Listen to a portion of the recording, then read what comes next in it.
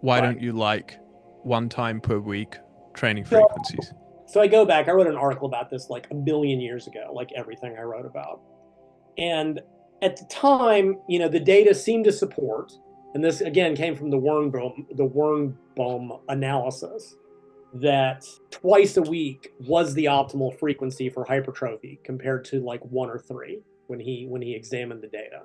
Right? Basically, that's where my generic bulking routine came from.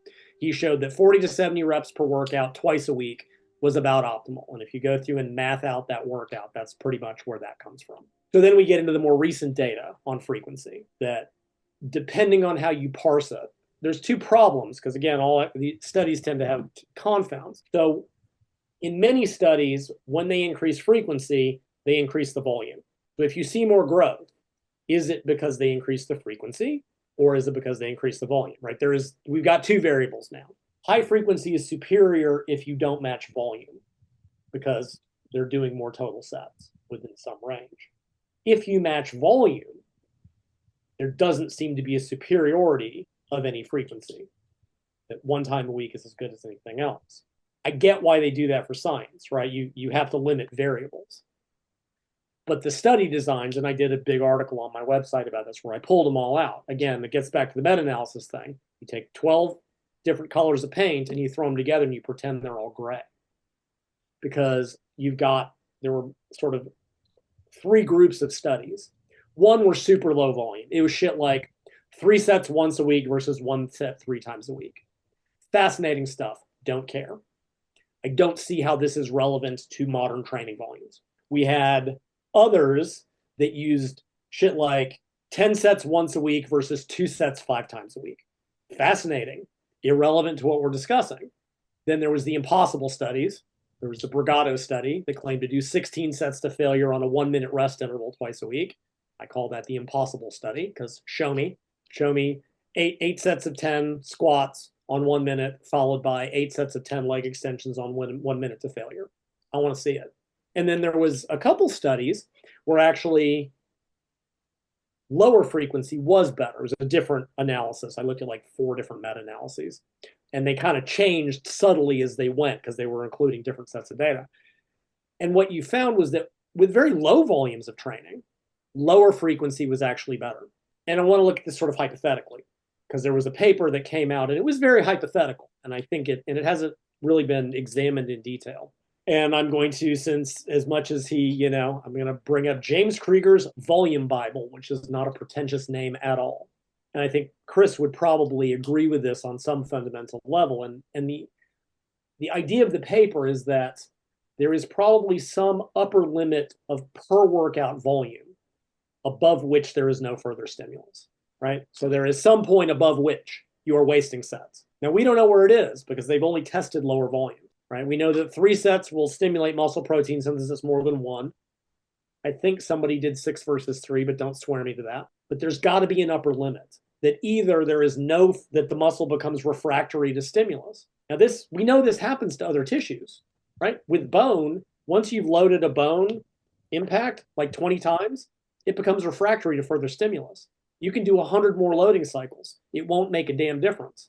It seems logical, and logic has nothing to do with physiology, but there must be an upper limit above which more and more sets either does not further stimulate growth or it's causing excessive fatigue and or muscle protein breakdown.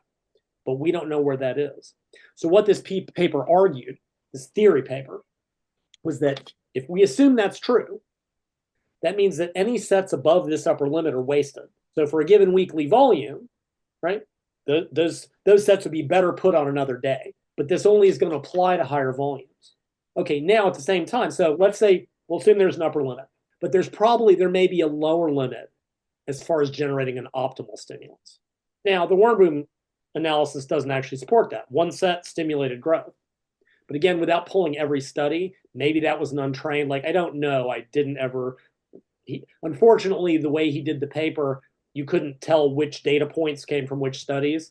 And even I wasn't crazy enough to go pull them all. But let's say that there is a lower optimal limit per workout, right? Like you'll get at least a minimal optimal growth stimulus at say 5 sets. And let's say 10 is the upper limit. Okay. That seems good enough of a working assumption. Now, if you're doing a low set volume, if you're only doing 10 sets a week, it may not matter whether you train once a week or twice a week, because you would either be doing 10 sets once a week or 5 sets twice a week. You're within that range. Now, in the studies that showed that low frequency was better, was very low set volumes. If you're only doing 4 sets a week and you split that into 2 days, well, that's only 2 sets a week, 2 sets twice a week. That's probably too low of a per workout volume to do any good. And I think that explains that. But I don't give a shit what happens with 3 sets a week. That doesn't tell us anything. I don't care what happens with 16 sets twice a week when the workouts are impossible and you're just using volume to make up for poor quality training. So let's say you're going to do 20 sets a week per muscle group, right? You're going to be at the upper end of the supposed limit, the theoretical limit. Well, if you train once a week on a bro split, if we assume that 10 is the upper limit of maximal stimulus, those extra 10 sets are wasted. Not only are they not generating more growth, they're generating more fatigue. Whereas doing 10 sets twice a week, you now have 2 optimal workouts. The idea is that above a certain point, those sets may simply be wasted. Not only are they not beneficial, they might be negative. And so what my conclusion was in this article was, because when I wrote the original article, and again, in hindsight, I think I was conflating issues in the sense of typically when I saw people in the gym doing these once a week bro splits, my assumption was that it was the frequency that was the problem. And in hindsight, I don't think that was the case. The problem was that piss ass intensity and no progression. Because the people I know that have made that work, including people in my group who I actually do respect their opinion, I know for a fact they are training intensely and focusing on progressive overload. So that may be the difference here. I think I thought it was a frequency issue, but I think there were other issues at play. Because I never really saw anybody doing a bro split that ever tried to train harder, add weight. Which I think is also a fundamental problem. If you have 20 sets, you're going to piss ass through most of them. You cannot apply high intensity to that much volume. But I think it would come down to whether I would say a higher or lower frequency, I think would depend on set volume. Like, well, here's the study I would like to see. Low volumes don't tell us anything.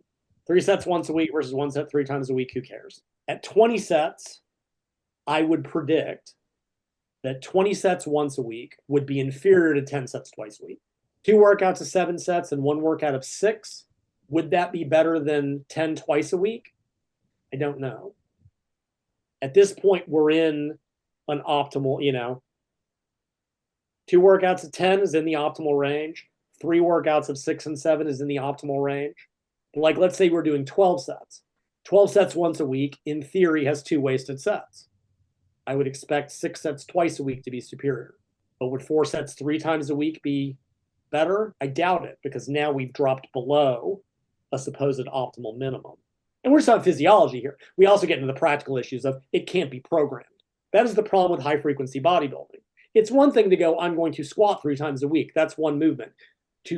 There's no pragmatic way to set up high-frequency bodybuilding with because there's too many muscle groups to train. That's a practical issue.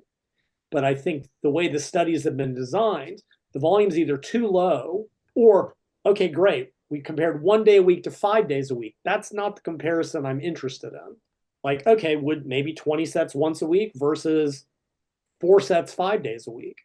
I don't know. I think that might be better for strength because you got more practice. But from a hypertrophy standpoint, so again, this paper, this frequency thing, they were much theorizing, similar to what Chris does. And they're like, well, we know that protein synthesis, falls back to normal by 48 hours, and it might make logical sense to train more frequently with a lower volume so you don't have wasted sets. So, then again, one thing I do think people don't realize when they look at, Arnold's training and the training of that day, those 20 sets per muscle group, those were not all work sets. At least that's not the impression I ever got. They kind of pyramided up to maybe, 1 or 2 hard sets for any given exercise. They did the 15, 12, 10, 8. And I wouldn't it was not 20 hard sets because 20 hard sets can't be done. Then again, you look at Dorian's training, and actually, as much as the HIT guys like to claim him, his training was more similar to what Arnold and them were doing than it wasn't when you actually look at what he did. Because, he would do 4 exercises per muscle group on average, but he would do 2 or 3 warm-ups per exercise. Everyone's like, but he did one set to failure. No, no, no, no, no. He did one top set to failure. That's a very different sentence. He didn't get on the hammer incline and go straight to 4 wheels and a quarter per side. He would do 1 wheel by 15 and 2 wheels by 12 and 3 wheels by, and maybe only that 3 wheel set was, kind of a work set, but his total workout was like 12 to 15 sets. It was simply only like, 4 truly hard work sets, which I think if you look at, what Arnold and them were doing, it's not as different as people think it is. So, like I said, I'm not a fan of once per week. Again, I think it lets people do too much volume, too many exercises.